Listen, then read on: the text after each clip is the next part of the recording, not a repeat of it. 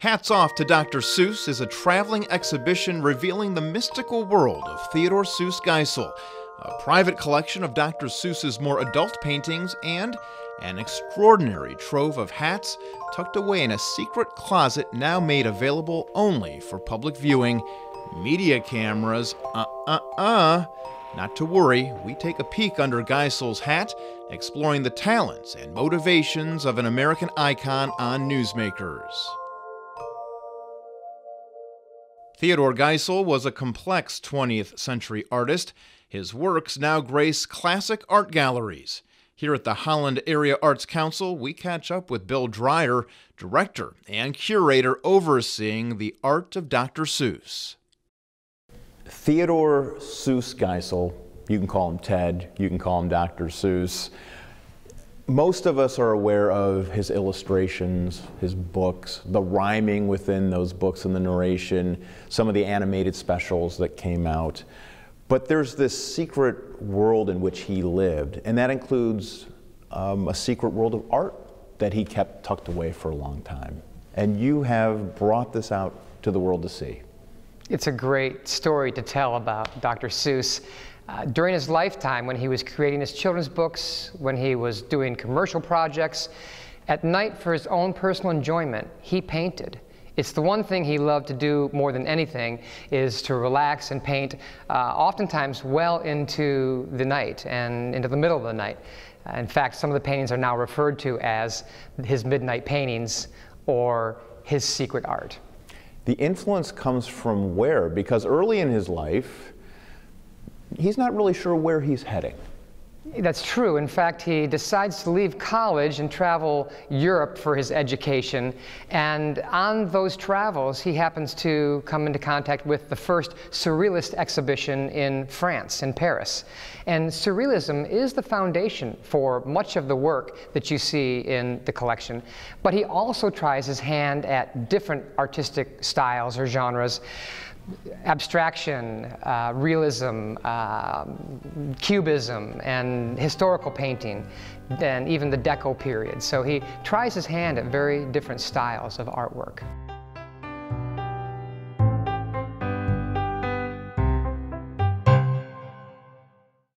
"1933, After Dark in the Park." This is early works. Yes, and what's interesting about this is that it precedes his children's books by 4 years. Yet, you look at the imagery in here and you start to see turtles stacking up, a one fish, two fish type of a pond, and all of those caricatures that you imagine or know are coming fast down the track in his children's books. So the imagery that he creates is not dumbed down for children. This is who he is as an artist. And yet we're talking about surrealism. Not the typical surrealism that you think, because there's this cartoon effect to it. Yes, and that is a quality of his work in some of his paintings. Other paintings take you off into that dream world of surrealism. This really shows you who's coming in the children's books. And you do see how he cycles and recycles his imagery from his early life and early artistic career into his children's books later on in life. How do you describe his art? The golden thread that runs through everything Dr. Seuss does is that wacky, whimsical, Seussian quality to his work. It has humor, it has caricature, it has this sensibility that is unique to Theodore Seuss Geisel. And the estate, you've worked with the family. How do they describe this patriarch and the artwork and where it was derived? What is the cornerstone of that wackiness? Where does it come from? Well, Dr. Seuss was asked all during his life, where do you get your ideas? And he would say they came from Uberglitch, which was a town in Sweden that he'd go to every year to have his cuckoo clock fixed. And while his clock was being fixed, he would mingle with the townspeople and they would give him his ideas. So we don't really know, except for he has this unique quality and this imagination and creativity that is all his own. And he really just was a font of imagination, and he came up with ideas day in and day out, all through his life, that just had that quality.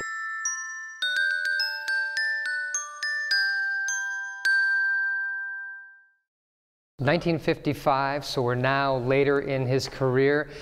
This artwork actually ran in Collier's magazine with a prayer or a poem that he wrote. The title of the artwork is A Prayer for a Child, and the poem goes like this. From here on earth, from my small place, I ask of you, way out in space, please tell all men in every land what you and I both understand.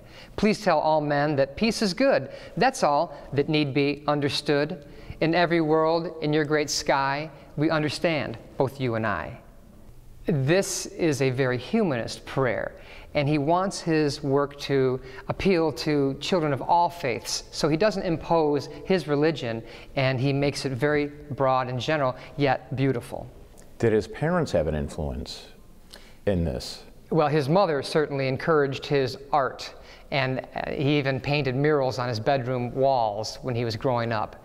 And he says that his mother is responsible for the way in which he rhymes and the urgency with which he does so.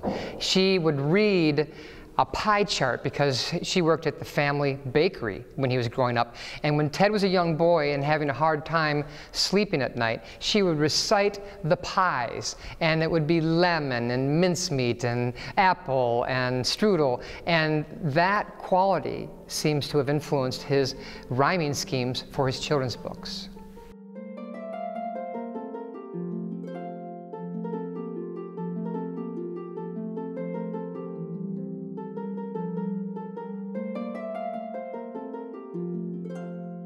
Green cat with lights. Is this the dawn, the beginning of the cat in the hat? It's hard for us to place it chronologically in his life because he didn't leave notes on what came when. What we do know is this is the only artwork that he signed Strugu von M. Every other artwork is signed Dr. Seuss. And this was a prank and a way for him to find out what his friends really thought about his artwork. He would hang it in the front of his house. And when people would come in, they'd walk by and say, "What's this?" And he'd say, "That's my Strugu von M. How do you like it?" He would get honest feedback on his artwork, which he really wanted. But at least on one occasion, a friend said, "Ah, yes, I've heard of Strugu von M." Did he like it? I don't know. Was he a fan of Strugu von M? Yeah, that's a good question. So describe the artwork here. This, as the title mentions, green cat with lights. There are lights strung and hung in front of this cat. And behind there is this cat-like figure that almost has a Grinch-like quality to the face. The green is just incidental. With this headdress, when you look at it, it's actually a beautiful headdress that continues through the artwork. And it's just an elaborate painting of imagination. Children's books, publishing, where is he found? Where does he get his start where people begin to recognize the talents that he has? He starts writing children's books in 1937, and for 20 years, to some success, but not great success, he's recognized as a good author and illustrator. But when The Cat in the Hat comes out in 1957, he's 53 years old now, and that hat changes his world and the way that generations of children would learn to read.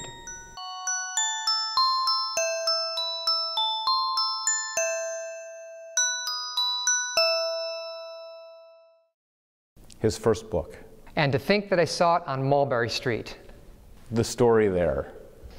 He's traveling back from Europe after going over on a vacation with his wife, and there's a storm at sea.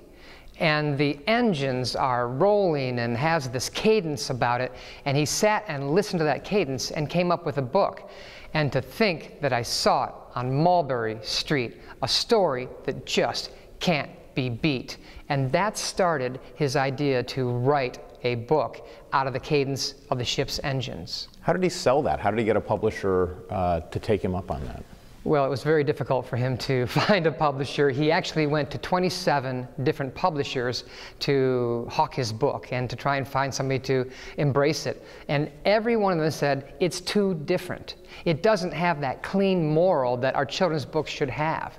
And it's true that The Cat in the Hat and other books have this mischievous, wily quality to them, and yet that is what makes them so wonderful.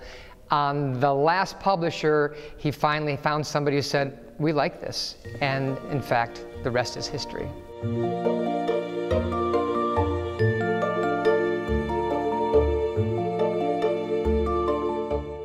This deals with a parental dilemma, the facts of life. This is 1937. Correct. And Seuss's parlor humor is so nuanced and clever, it floats above the heads of kids. And here we have a little boy reading the facts of life to his sister, and what he's saying is written down below, "Gad, Emma, this stuff's dynamite." I love her reaction. The eyes tell it all, don't they?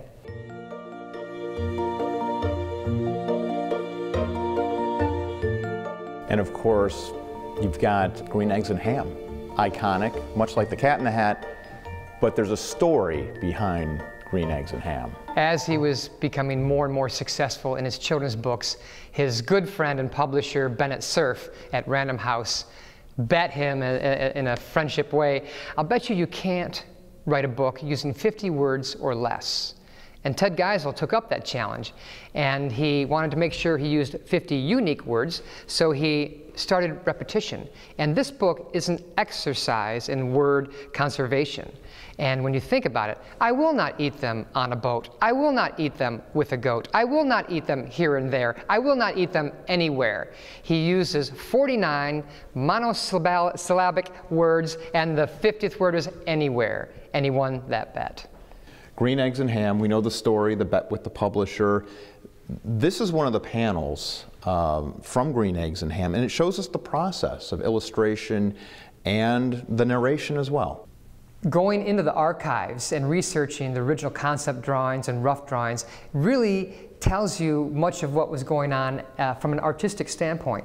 And he actually is art directing the works to the final pages. And here his handwritten note says animal 25% blue, and when you do that, this is the color that is resulted from that. Also, in this bet that he wants to win using only 50 words, he writes on every page of this book how many words, and there it is, 3 words, Sam I am, and as you go through the book, he hand writes how many words on every page to win the bet. The inspirations and I guess the storylines themselves, where do they germinate from? I'm always amazed by, when you're an author and you have to keep coming out with books. Where did those moralistic stories come from? He was too old for the draft, but he did go into the Education and Information Department, which was the propaganda department, and they made films under the guise of, or on the heading of Frank Capra. He also had some wonderful colleagues, Chuck Jones, Fritz Freeling of Warner Brothers fame, and these guys worked together to create wonderful films, some of which won Academy Awards. And he also did posters and pamphlets and all kinds of things, but most importantly, between 1941 and 1943, he created over 400 editorial cartoons, many times, in many cases, lambasting Hitler and Mussolini and the enemies. This is a political cartoon that could live today. This one is Uncle Sam looking at Congress as they run around and measure with plumb bobs and retractors and trying to figure out, what he writes down here, the knotty problem of Capitol Hill, finding a way to raise taxes without losing a single vote. Same is true today. Nothing's changed.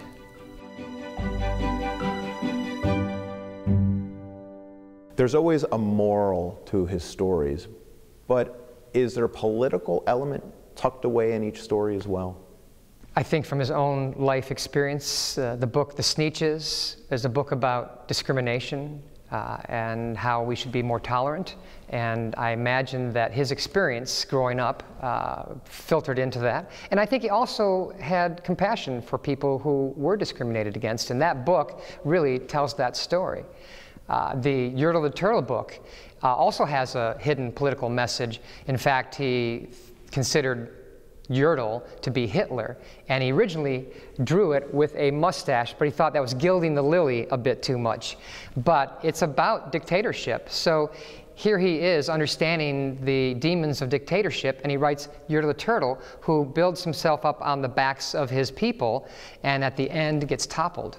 You know, I think he's a social commentator that kind of reflects to us who we are as a society and shows us what's going on through his books and his commentary and his editorials.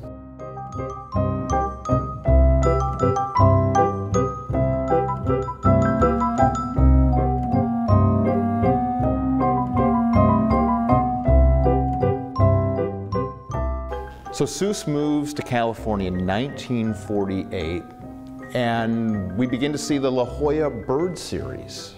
In a very good-natured way, he starts to make fun of the California socialites and in some cases his neighbors.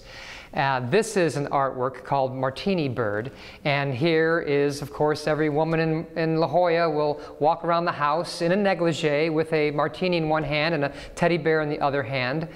What's kind of interesting about this artwork is that you have almost the reflection of the stovepipe red and white hat on the socks there. And Seuss's wink, wink, nudge, nudge is right there because under that negligee is a not-so-sexy lederhosen contraption that's there. So he has to have humor in everything he does. The La Jolla bird series, I'm noticing the dark background goes away. This is later in his career. The black heavy backgrounds from what we call his early works, 1930s, 1940s, and you start to see quite an expansion of color in the 50s, 60s, 70s, and beyond. 1964. This is Cat from the Wrong Side of the Tracks. Seuss, of course, the prankster, that mischievous guy, does almost an alter ego painting. He smokes cigarettes through his life, and here's the bad cat smoking a cigarette, playing pool in the pool hall. He even has a nudie cat on his tie to punctuate just how bad he is. And if cats have 9 lives, the score in this bad cat's life is 8, and he's down to his last life. And the collection itself, we wouldn't have this collection without the estate and Mrs. Geisel giving the okay. All of the original paintings and sculptures are in the house to this day. They'll never be sold. They're not available for travel. They'll go to a museum at some point in time. But at the end of Dr. Seuss's life, he knew he was going to have to share this collection with the world, and he asked Audrey to do that. And 6 years after he passed away, she allowed the authorization of a collection of limited edition prints that now go to galleries and museums so people can understand who he was as an artist. It's quite a culmination of talents to be a narrator and to rhyme, to package it all with the illustrations, and really to come up with his own, you say, wackiness and his own moralistic value in the end of the book. When does he hit that stride of popularity? When does everybody know this guy is going to have a great career writing these children's books?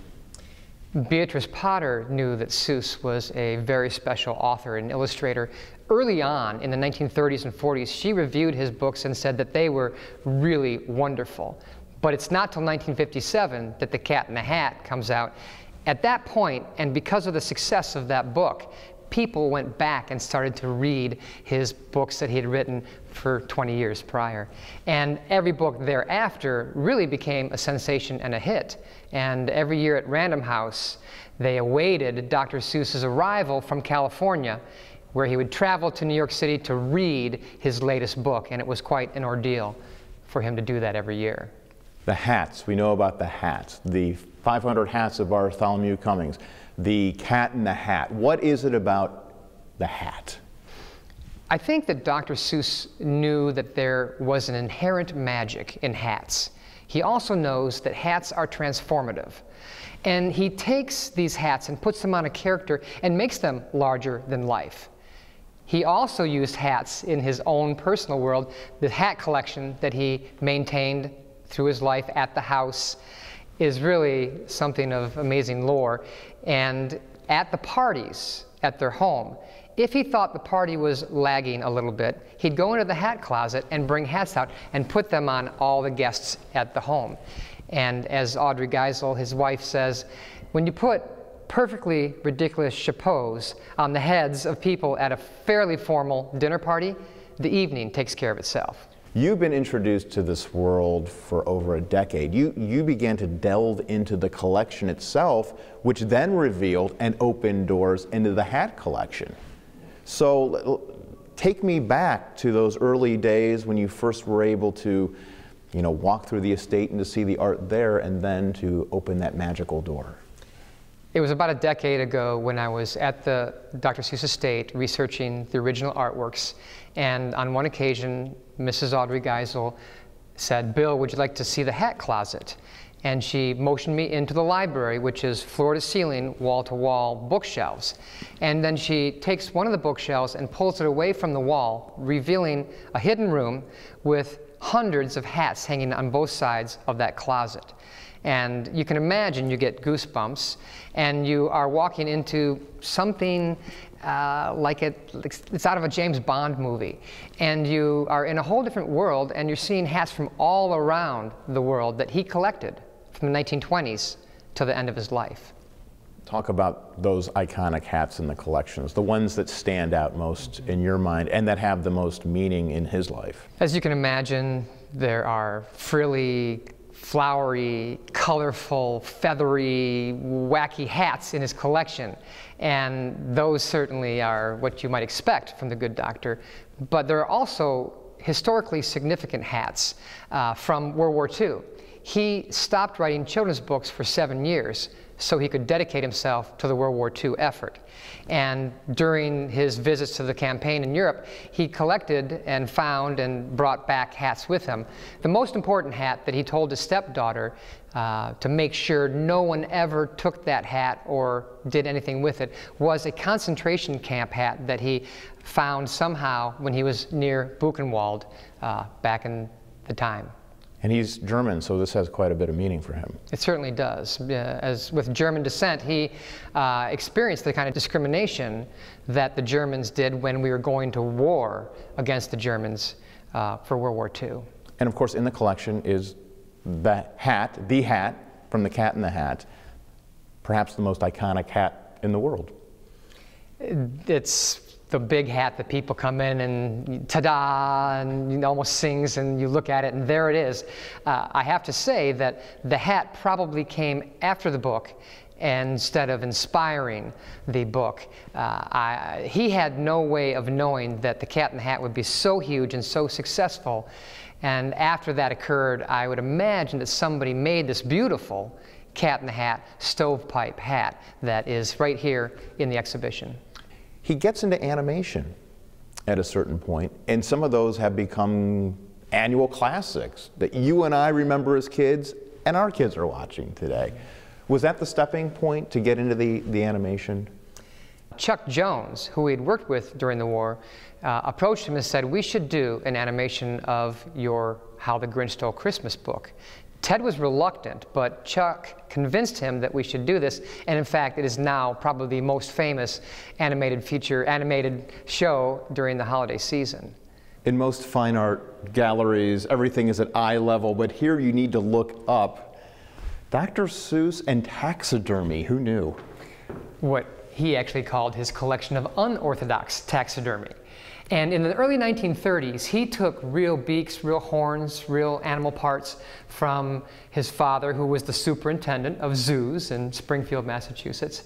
And Ted kept those animal parts in a box, and he decided at one point that he would make what he thought these animals should be reincarnated as. And then he puts these great names on them, like the goo-goo-eyed Tasmanian woolgast, the semi-normal green-lidded fawn, the Andaluvian grackler, the two-horned Druberhanus, and it goes on and on. It's really like something out of a Seuss book. And these were on display in his home? And that is the only place they've been on display. These are reproductions? Absolutely.